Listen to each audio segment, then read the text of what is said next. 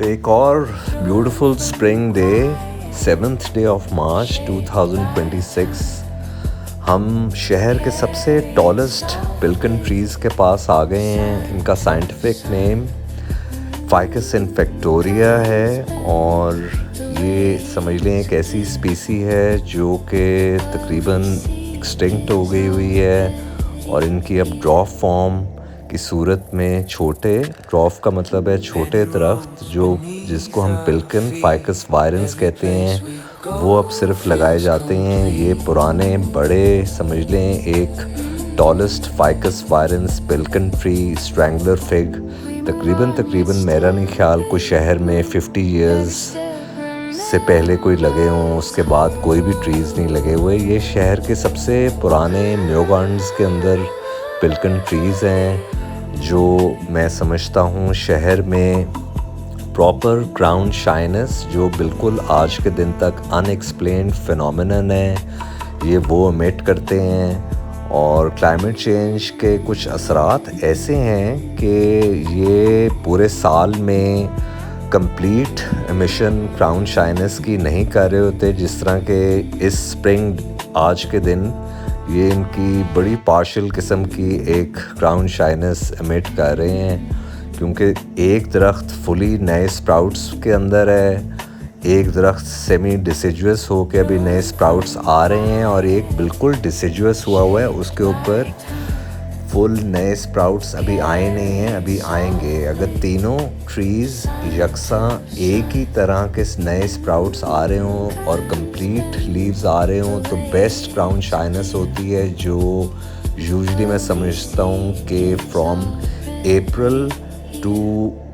अगस्त तक best crown शाइनस होती है इनकी। तो क्राउन शाइनस जिस तरह मैंने पहले भी काफ़ी जिक्र किया, एक ऐसे इंटेलिजेंट स्पीसीज़ ट्रीज़ की जो डिफरेंट स्पीसीज़ भी हो सकती हैं और बिल्कुल एक स्पीसी ऐसे जिनके अपर पोर्शन जो ब्रांचेस का होता है वो आपस में इंटरमिंगल नहीं हो रहे होते, ताकि लाइट जो एक दरख्त फील करता है दूसरे दरख्त के लीव से जो रिफ्लेक्ट होती है, तो वो इतने इंटेलिजेंट स्पीसीज़ होती हैं कि वो उस एकदम उधर अपनी ग्रोथ रोक लेते हैं ताकि सनलाइट पेनिट्रेट कर सके, फ़िल्टर कर सके, नीचे तक आ सके और पूरी ग्रोथ जो हर एक ट्री की है रिगार्डिंग देयर न्यूट्रिएंट्स पूरा वो कैप्चर कर सकें और उनकी कोई एज सच समझ लें डिज़ीज़ और डिफरेंट और जो पेस्ट वगैरह कंट्रोल है वो मैक्सिमम कर सकें। तो म्यो gardens basically viceroy of India 1878 में रिचर्ड बोक ने ये बनाया हुआ है, जब railway track all over India बिछ रहा था, ईस्ट इंडिया कंपनी बना रही थी ताकि ट्रेड राउट सारे जो हैं पूरे पाकिस्तान में फैल सकें। तो ये उस ज़माने की पूरी कॉलोनी है और रिस्ट्रिक्टेड एरिया है, गेटेड कम्युनिटी है और रेलवेज़ के जितने भी ऑफिशियल्स हैं वो इधर रहते हैं। और अब तो ये कॉलोनी इतनी ज़्यादा समझ लें प्रोफाउंड नहीं रही जो आज से 30-40 इयर्स पहले थी। तो मैं बहुत अरसे से इन ट्रीज़ को देख रहा हूँ, तकरीबन 40 इयर्स से अपने बचपन से देख रहा हूँ और क्लाइमेट चेंज की वजह से इसके अंदर काफ़ी चेंजेस हैं और नए स्प्राउट्स जो एक ही जगह पे ये 3 दरख्त लगे हुए हैं। देखें क्राउन शाइनस का जो कॉन्सेप्ट है बेस्ट एमिशन का ताल्लुक़ बहुत सी चीज़ों से है कि कौन सी स्पीसी है, कितना फासला है, और ये क्राउन शाइनस एक ही ट्री के इंटरनल क्राउन्स के अंदर भी आती है और डिफरेंट ट्रीज़ लगे हों एक स्पेशल फासले पे तो उस तरह भी वो बेस्ट क्राउन शाइनस एमिट कर रही होती है। तो ये more than 100 year old trees हैं और इनका जो फासला है आपस में वो बहुत ही अच्छा लगा हुआ है, जिसकी वजह से ये क्राउन शाइनस शहर के अंदर है। यूजुअली ये रेन फॉरेस्ट के अंदर ही, ट्रॉपिकल रेन फॉरेस्ट के अंदर ही होती है और शहरों में ज़रा मुश्किल है, चूँकि ये एक स्पीसी ऐसी है और इनका फासला बहुत अच्छा है और इनकी जो ग्रोथ है वो इतनी ज़बरदस्त हुई है जिसकी वजह से बहुत ज़बरदस्त सबमिशन है। तो ये क्राउन शाइनस जो होती है वो आप समझ लें एक टर्माइट ट्रेल है, या स्काई के अंदर क्रैक्स हैं, या जिक्सॉ पजल्स हैं जो आपको नीचे से आप अगर वॉच कर रहे हो तो एक इमैकुलेट समझ लें नेचर का नेचुरल मार्वल है ये। तो ये एक बहुत ही थेरेप्यूटिक समझ लें वॉच करने में एक चीज़ है। और यूजुअली अगर शहर के अंदर थोड़ी सी अगर पार्शल मैं क्राउन शाइनस समझूं कि कहाँ होगी, वो करशी पार्क में जो पिल्कन ट्रीज़ लगे हैं 60-70 ईयर्स के अंदर, तो उसके अंदर मैं समझता हूँ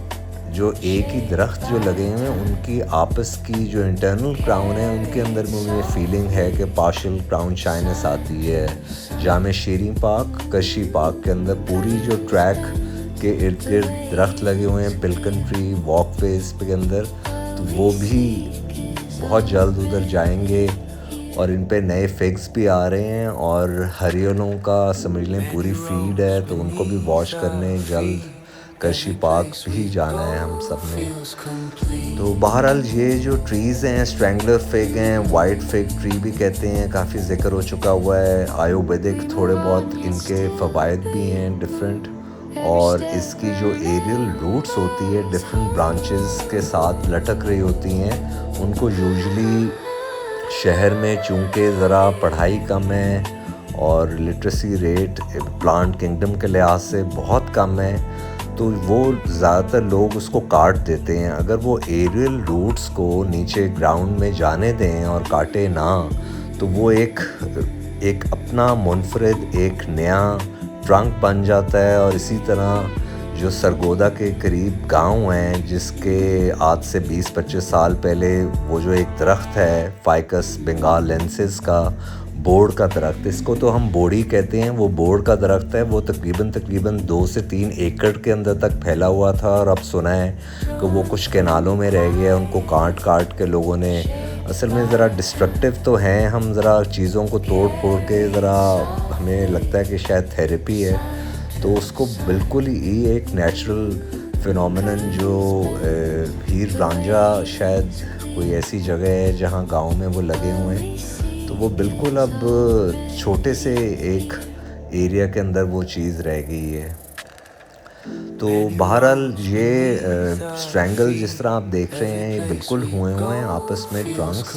और बहुत ही ह्यूमंगस ये ट्री है। और ये तकरीबन इनकी जो हाइट होगी वो 120-110 फीट ऊंचे होंगे। और बस मैं तो इनका फासला देख रहा हूँ, बहुत इमैकुलेटली लगे हुए हैं।